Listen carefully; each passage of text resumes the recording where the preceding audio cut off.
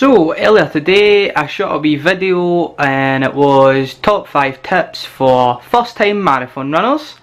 So I uploaded it to my computer, ready to edit it, and Scotland and its shit weather has struck again. Listen to this shit. Top 5 tips for first time marathon runners. Recently I ran the Edinburgh Marathon and it was my first ever marathon. It was torture. Let's skip it in a wee bit. Let's see if the wind continues.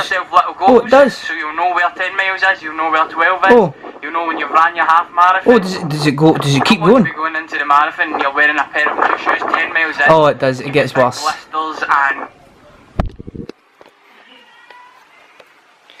Oh, brilliant. If you ever want to shoot a video in Scotland, don't. Unless you have wind protectors. Fuck. Need to reshoot this. Right, so today, as you can tell by the title, I will be giving you my top 5 marathon tips.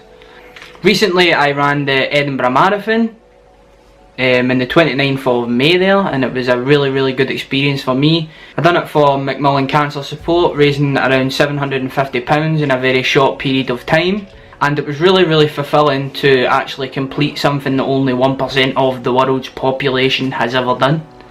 Number 5. Give yourself plenty of time to train. Unlike me, I gave myself around 2 weeks to train for a 26-mile run, and the furthest I'd ran up before the marathon was 10.5 miles, and that was the week of the marathon. Don't do that.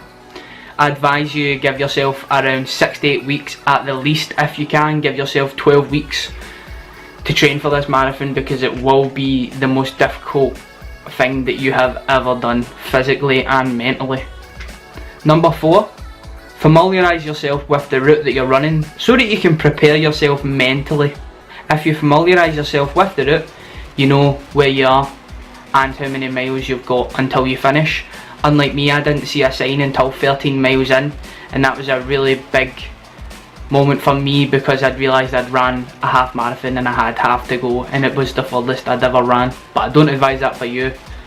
Familiarise yourself with the route and it'll prepare you mentally when you're running it. Number 3, everyone gets self-doubt, especially if it's your first time running.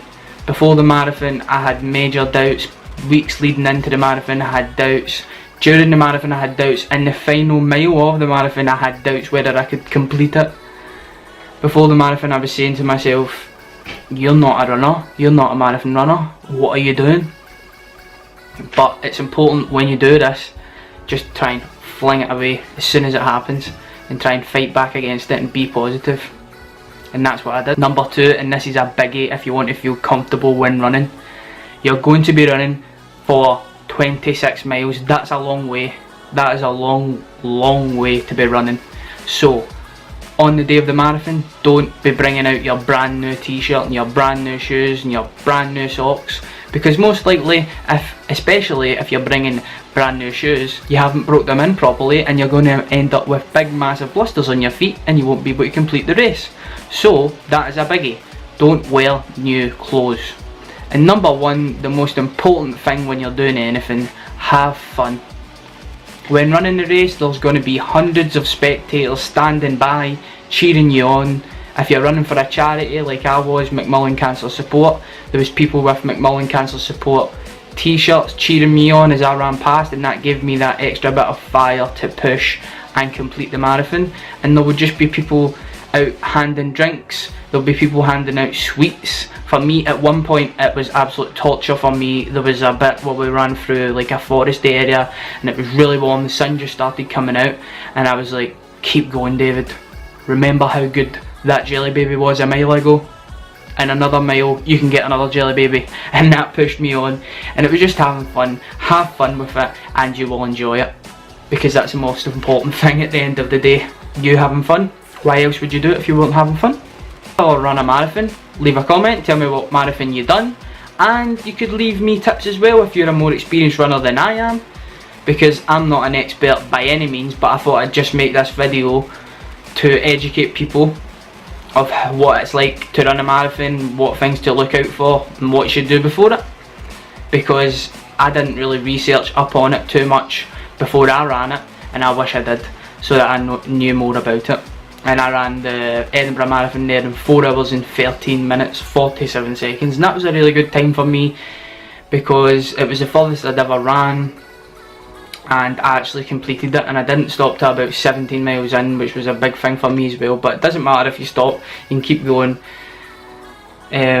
Just keep moving when you stop, just keep walking, persevering with it. And next year I might be going back, or I might try and do the London Marathon, and after the London Marathon move on to about the New York Marathon. You never know, you never know, you could be looking at the next Mo Farah. I know Mo Farah isn't a marathon runner, but you never know.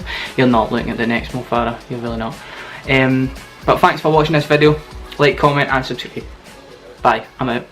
Damn fucking shitty Scottish weather, I'm telling you.